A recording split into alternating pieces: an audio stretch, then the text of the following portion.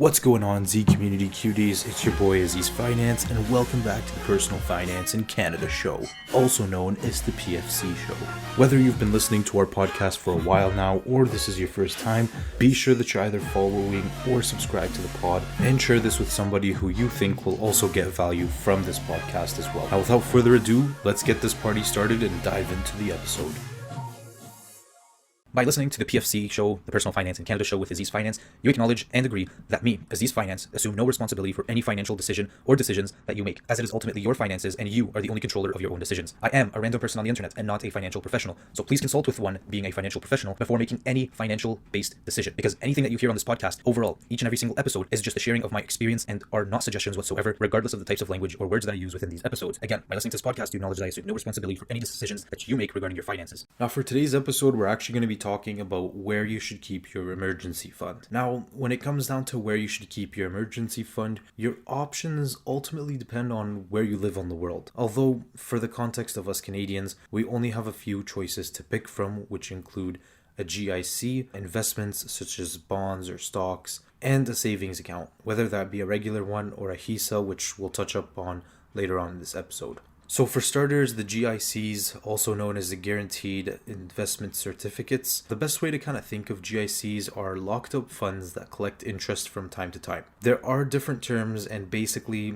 the long story short is the longer that you lock your funds up, the higher of an interest rate that you will get paid out, and vice versa. I believe the shortest time frame that you could lock your money up within a GIC is around 30 days, and the longest I believe is anywhere between 5 to 10 years, or even others will be for 20 or 30 years, more on a very long-term basis. Now, I personally advise putting your emergency funds into GICs that are longer than 30 days. Reason being, again, you never know when these emergencies are going to pop up. And when they do, and you're out of work, for example, you could at least wait a few days, if not weeks, before your 30-day GIC expires and you're able to withdraw your emergency fund out. Because imagine being in a tight spot, knowing that you have an emergency fund, but you have no other choice but to wait months or even years before taking out your emergency fund. It's not ideal, and it defeats the entire purpose of an emergency fund as a whole. Now, I know what you're thinking, but hey, Azizz Finance, you know you could withdraw your GIC at any time.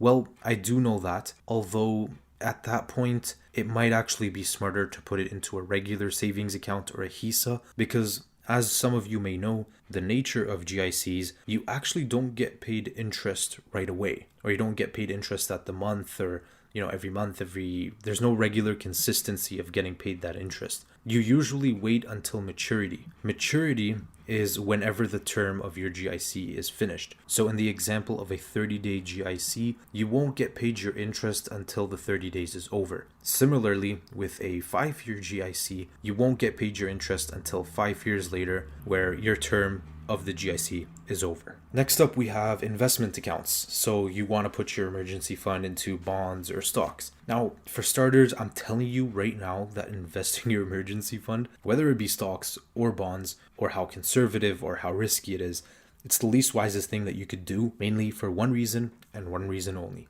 and that is timing.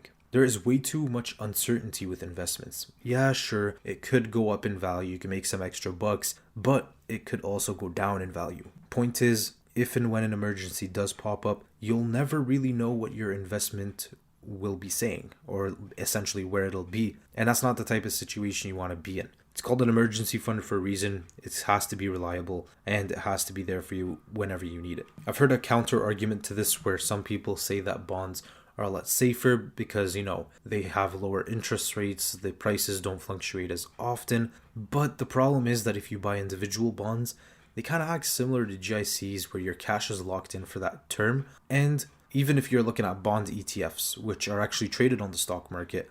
Alright, so a lot of you guys have asked me, hey, Azizz Finance, how have you managed to create full-time income from options trading? Now, guys, I'll be quite candid with you. 99.9% of the entire platform is for free. All the education, all the resources that you'll ever need.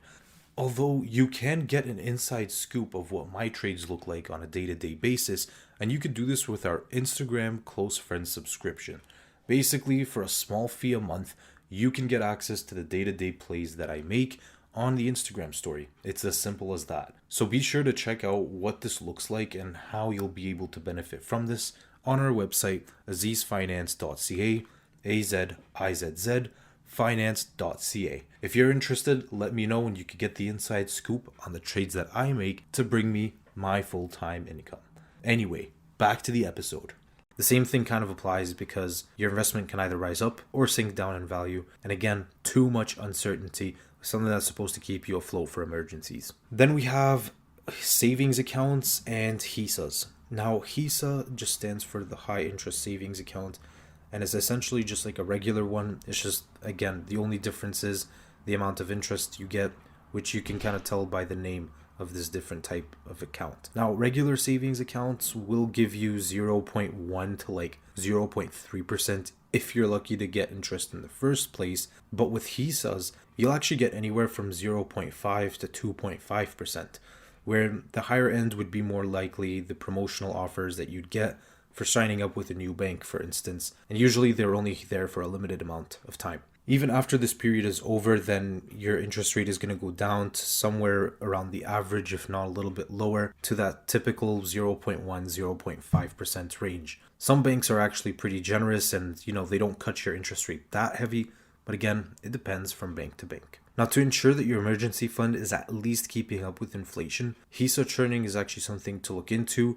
Obviously, this is not a suggestion, but it is something that you might want to look into if you're considering in going this route. Now, when I say HISA churning, or when you hear anybody on the internet really talking about churning, it's just a practice of pretty much signing up for HISA promotional interest rates whenever they come up. Obviously, don't pull off some illegal shit and, apply under different names or social insurance numbers. Like, don't get yourself mixed up in situations like that. It's only 2%, my dude. Nonetheless, a perfect example would actually be Tangerine, which had around a 2% promotional offer a few years back that was only valid for like 6 months. And then after, it would tank to something less than like 1.0%, which wasn't going to cut it for me. So you got to move your money elsewhere to a savings account that will actually respect your money.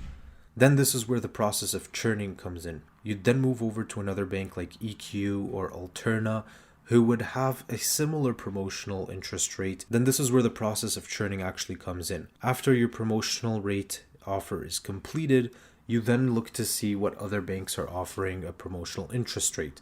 Banks such as EQ, Alterna would, for example, have another promotional interest rate of around the same amount. Essentially, you just, take out the cash from one account to the other and repeat it over and over again. And eventually one of the banks that you have signed up with, after the promotional interest rate is over, obviously, they'll actually reach back out to you and say, hey, we noticed that you're not really with us that much anymore. Here's an extension of the promotional offer. Or, hey, we'll give you 2% again for like the next 6 months if you switch your money back with us. So it really depends. Obviously, this is not a guarantee that they are going to reach out. And there are even times where you could actually just contact your bank and see if they'd be able to extend it for a few months, or maybe work out some sort of deal. Reach out to them and tell them, hey guys, like, my emergency fund's only $1,000 right now, but I am on the road to build it up to like $4,000, but I'm gonna need you guys to increase the rates a little bit. Like, you never know. Sometimes you just have to ask, and things could actually work out to be in your favor. Alright, Z community, that's pretty much it for today's episode. Now again, if you did find value from this, be sure that you're either following or subscribed to the podcast so that you're up to date with new episodes that are going to come your way.